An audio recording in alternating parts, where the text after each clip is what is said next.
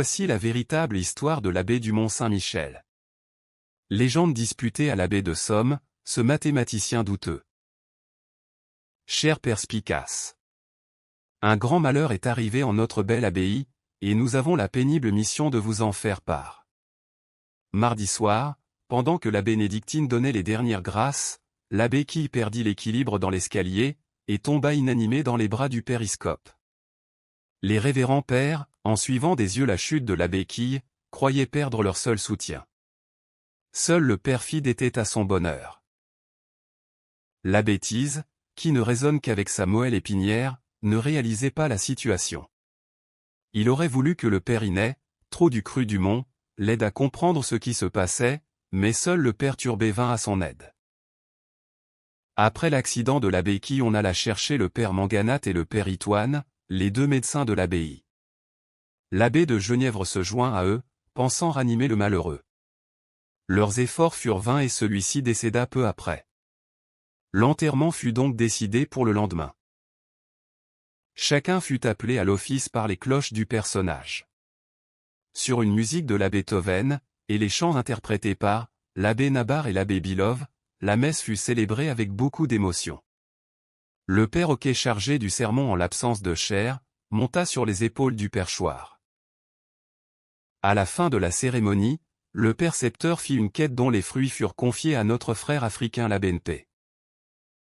Après la messe, la discussion s'engagea pour le transport de la bière. L'abbé Canne et l'abbé Trave voulaient passer par les champs. En tant qu'Ulan, l'abbé Résina préférait traverser la rivière, soutenu par le père de Couille. Le père Clu s'y opposa et l'abbé Casse s'en réjouissait. Comme à son habitude, le père Sang avec sa tête de turc ne voulait rien entendre. Le père Vert et le père Nicieux en profitaient pour semer le trouble dans les cerfs-volants. Il fut décidé, comme à l'accoutumée, que l'abbé Taillère serait chargé de transporter le corps du défunt.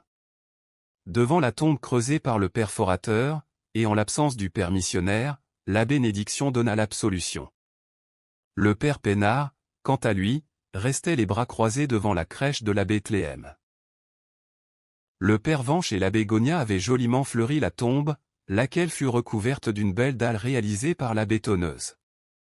Le retour à l'abbaye fut une épreuve de douleur pour chacun. Le père Pendiculaire était plié en deux, sous le poids du chagrin, l'abbé Vitré quant à lui, était submergé par les larmes et ne coulissait plus. La Mercédès, présente pour l'occasion, fermait la marche en compagnie du père Igor et de l'abbé Cédère, qui psalmodiait pour accompagner son ami disparu aux portes du paradis.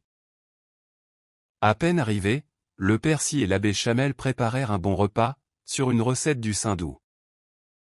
Le père No et le père Collateur servirent à boire pour faire oublier que la vie est une maladie mortelle qui finit mal. Voilà mon cher perspicace, tant que nous serons mortels, nous ne serons jamais décontractés. Signé l'abbé Bissy et l'abbé FM. Merci d'avoir regardé les tronches de cake. Et merci pour vos likes, partages et abonnements.